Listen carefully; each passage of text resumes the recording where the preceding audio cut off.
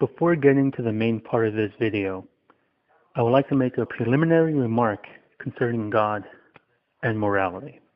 This remark would be very basic, and I'm certain I'm more than likely just insulting the intelligence of anybody who might watch this video.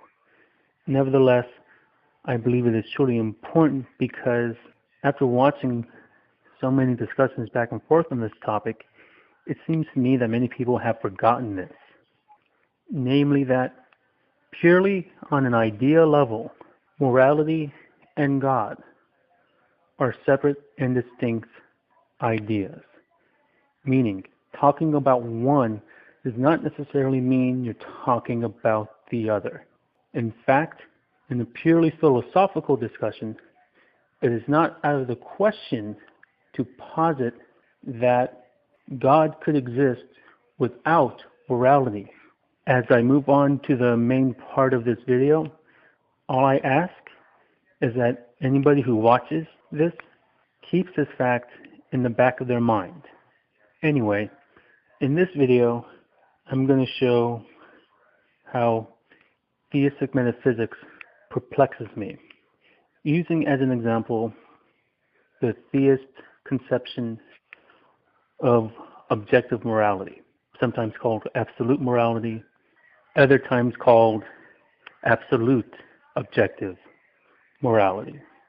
This right here is a definition of objective morality provided by Epidemic 2020. Hey guys.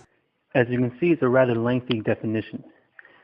However, for the sake of brevity, I'm just going to focus on the qualifier at all times, mainly because the idea of time has a different level of significance to different people.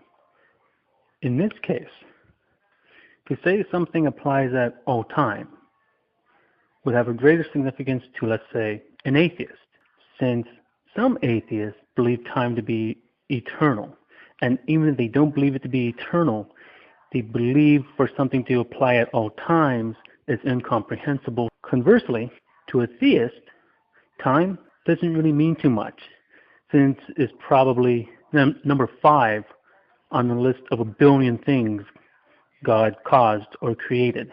In fact, many theists go as far as to say that there is a point when time did not exist, and there will come a point where time will cease to exist. In other words, what a theist really means when they say something applies at all times, if they want to remain consistent with their idea of time, is that it only has a finite application. Naturally, though, this is not what a theist actually believes, at least when morality is concerned, since they believe it always applies, pretty much to the point where they would maintain that it applied before time was created and will still apply after time stops.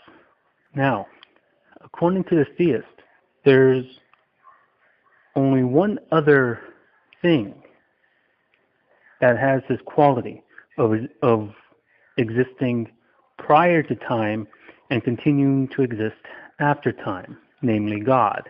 And theists describe this quality as eternal, which they define as never being caused, never being created, never being made. In turn, making questions such as where did God come from, what made God, what created God, incoherent. Ihr silberner Mercedes wurde genau an der Stelle gesehen, wo man den holländischen LKW gefunden hat. Was fällt Ihnen ein? Sie konstruieren einen Zusammenhang, eine Unverschämtheit!